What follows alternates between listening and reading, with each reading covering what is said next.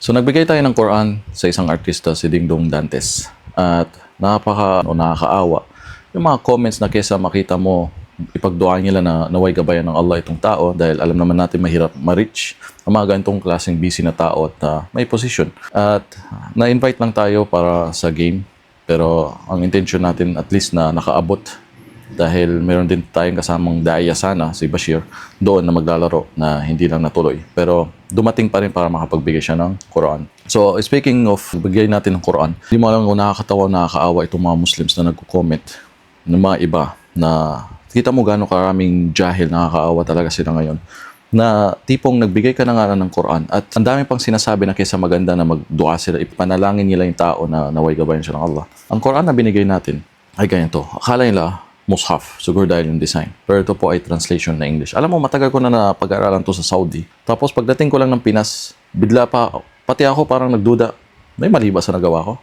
Tawag tuloy ako sa sheikh ko sa Saudi. Ya sheikh, ganito ang ganyan, binigay ko. Bigyan ko siya ng medyo, yung Quran na may halong Arabic pa rin, pero andun yung translation. Ya Juz, pwedeng hawakan ng walang ablution o bigay sa non-Muslim. Yes, tabhan, bigay mo. Ang hindi pwede bigay yung mushaf na purong kasi hindi parang matatawag na yan. Dahil ang iba po yung Quran na translation sa mushaf. Ang mushaf, ito po yung full Arabic. Ito po yung full Arabic. Na bakit mo naman ibibigay sa non-Muslim na wala naman siya maintindihan dyan at mabasa? Hindi kahit mga Muslim nga dyan, baka hindi pa rin naintindihan yung meaning nito, hindi pa tama mag-tajwid. Baka yung nag-OA dyan sa comment nga, pakinggan ko yung surah Fatiha niya, baka hindi pa tama yung pag-tajwid. Hindi sila nagayabang person, sabi ko lang, ingat na ingat sila kuno sa Quran. Pero tanungin mo kung nakailan na memorize or pabasa nga ng surah Fatiha kung tama yung pag-tajwid. Siyempre, may utak tayo. Anong tingin nyo kay Casey? Stupid. Anong mababasa niya dito? Arabo ba siya na Kristiyano, si Dingdong, para mabasa niya ito kung ito yung bibigay natin? Saka ito yung hindi pwedeng hawakan na walang wudo, hindi ka malinis, wala ka sa state of tahara. Saka bakit mo ibibigay sa hindi marunong nga magbasa ng Arabic? So, ang binigay po natin is yung ganito, may translation. At meron pa dito yung talagang full translation lang na Quran. Ito, English lang lahat, wala tong Arabic. Ito, kahit hawakan ng mga hindi Muslim, ay pwede, kahit walang ablution. Dahil ito ay translation lamang po. At huwag nyo po ipagdamot. Sinabi ng Allah, ito nga kadadaan lang ng Ramadan. Para saan ang Ramadan? Sinabi ng Allah, Shahru Ramadan alladhi unzila fihi al-Quran.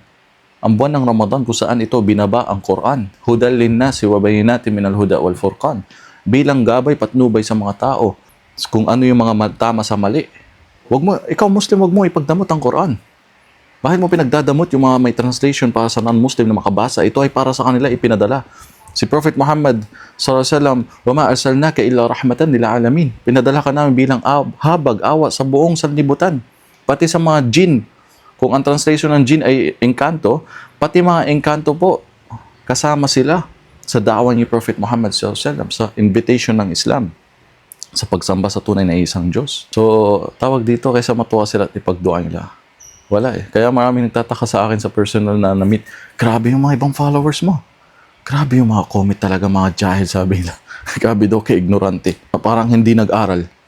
Sobrang OA. Bakit binigyan ng Quran? Bawal yan. Bawal, habibi? Sino nagsabi bawal? Baka ang tinutukoy mo is yung mushaf. Ito po, bakit mo ibibigay? Hindi pwedeng walang abdas dyan. Yes, may punto sila sa pagsinasabing pagrespeto. Ito, kahit translation lang siya, hindi ito yung mushaf. Pero kailangan, syempre, nasa mataas din na lugar. Hindi nababastos. Saka about sa pagpatong ng dates. Ito, tingnan mo. Turo ng mga salaf sa mga naunang mga Muslims na magbigay ka ng 70 reasons sa isang bagay na hindi mo naintindihan sa isang kapatid mo. Magbigay ka ng 70 na dahilan bago mo pag-isipan bakit napatong yung dates sa taas ng Quran. Napaka-common sense. Sa time na yon, after ng show, ang daming susugod ng mga tao. Picture dito, selfie dito. Halos maswerte ka na kung may 1 minute ka para makuha yung attention ng tao, isang artistang aalis na mahirap i-reach. Diba?